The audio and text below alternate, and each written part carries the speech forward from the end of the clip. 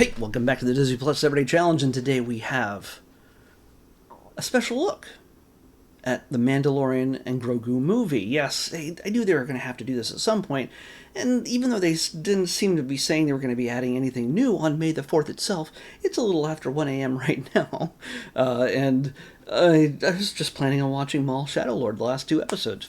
Nope. Of course this is on here. You might also notice your Disney Plus has been taken over by Star Wars, the background and everything else. Yeah, they're not subtle. They're not subtle with this promotion. They're going to make sure you want to watch it. So, but if you want, if you're not afraid of some spoilers, there's no real spoilers in this. There's a little Easter egg of something for us old guys and gals who have loved Star Wars for almost 50 years now. At least when it comes to toys. Specifically Kenner toys. There's a neat little Easter egg in there. But if you want to wait until you see the movie, then just hold off on that. Everything else in what you see here is not spoilerific for the story or the characters or anything else. Just don't worry about it. At least not any important characters. A bunch of stormtroopers die.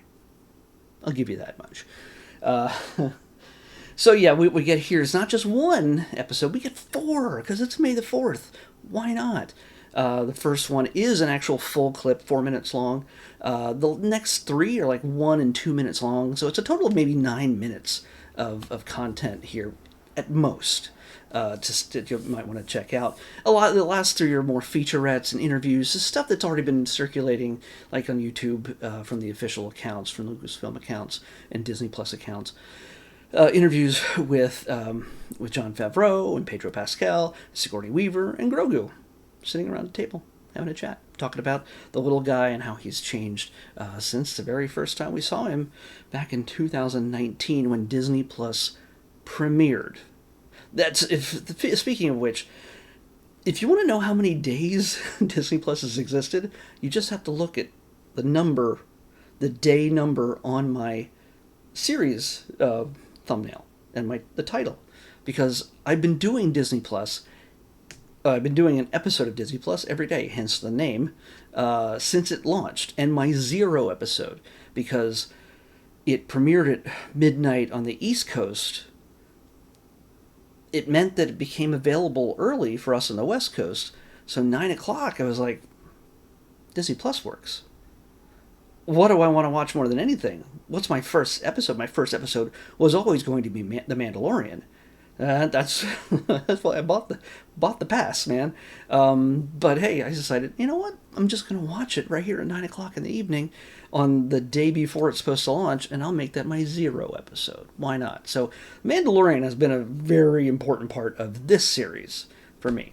So yeah, this is kind of a big deal. I knew they were going to add this, but that's just when they told me that, hey, well, they didn't tell me anything. They just didn't announce anything other than the finale of Maul. So I just figured I'll keep doing episodes. Well, now I just got to move everything, renumber stuff, do a whole lot of calculations and stuff. It's just the way it works. I'm fine with that because it's 1 o'clock, and a little after 1 o'clock in the morning, and I am filming this.